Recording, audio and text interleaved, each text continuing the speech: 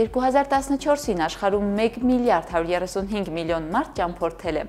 Ըստ ՄԱԿ-ի զբոսաշրջության համաշխարհային կազմակերպության մեթոդաբանության Հայաստանից 2014-ին ճամփորդել է 1 միլիոն 198 հազար մարդ։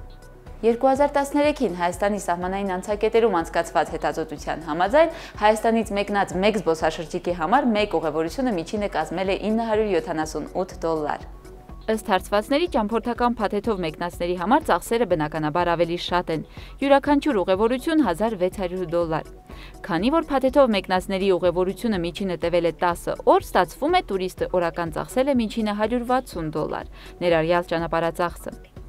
Իդեպ հարցման արդյունքներով ճամփորդական փաթեթով մեկնածների համար ամենաթանկը կազմել են Չեխիայի և Ֆրանսիայի օրական ծախսերը՝ $230-ից $240 ԱՄՆ։ Իսկ ընդհանուր զբոսաշրջիկների ճամփորդական փաթեթով և ինքնուրույն մեկնածների համար օրական ծախսերն ամենից շատ են եղել Իսպանիա $164, Արաբական Միացյալ Էմիրություններ $150 և Իտալիա $145 մեկնածների համար։ Աշխարհում 2014-ին զբոսաշրջիկների կեսն ընտրել է Եվրոպան։ Դեգուցե մերոնք էլ են նախընտրում Եվրոպան, սակայն քչերի գրպանին է դա հարմար։ Հայաստանում հարցված զբոսաշրջիկների միայն 8%-ն է այցելել Եվրոմիության երկրներ։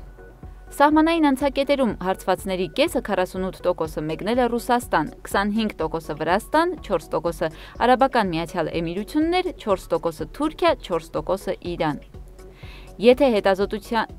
Ըստ հետազոտության, եթե Ռուսաստան մեկնածների մեծամասնությունն այնտեղ մնացել է 22 և ավելի գիշեր, ապա Վրաստանում մեծամասնությունը 1-ից 3 գիշեր է անցկացրել։ Եվրոպայում և Էմիրություններում Հայաստանից մեկնածների մեծամասնությունը մնացել է 8-ից 14, իսկ Թուրքիայում 4-ից 7 գիշեր։